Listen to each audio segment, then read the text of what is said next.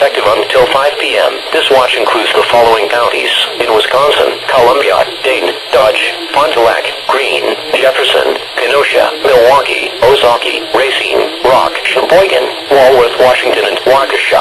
And the following: nearshore waters around Sheboygan to Port Washington, nearshore waters by Port Washington to North Point Lighthouse, nearshore waters from North Point Lighthouse to Wind Point, nearshore waters from Wind Point to Winthrop Harbor, Illinois, and Winthrop Harbor to Wilmette Harbor, Illinois. And the following counties in Illinois: Boone, Lake, McHenry, and Winnebago.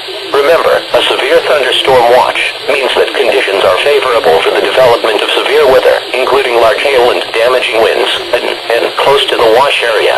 While severe weather may not be imminent, persons should remain alert for rapidly changing weather conditions and listen for later statements and possible warnings. Stay tuned to NOAA Weather Radio, commercial radio, and television outlets, or internet sources for the latest severe weather information.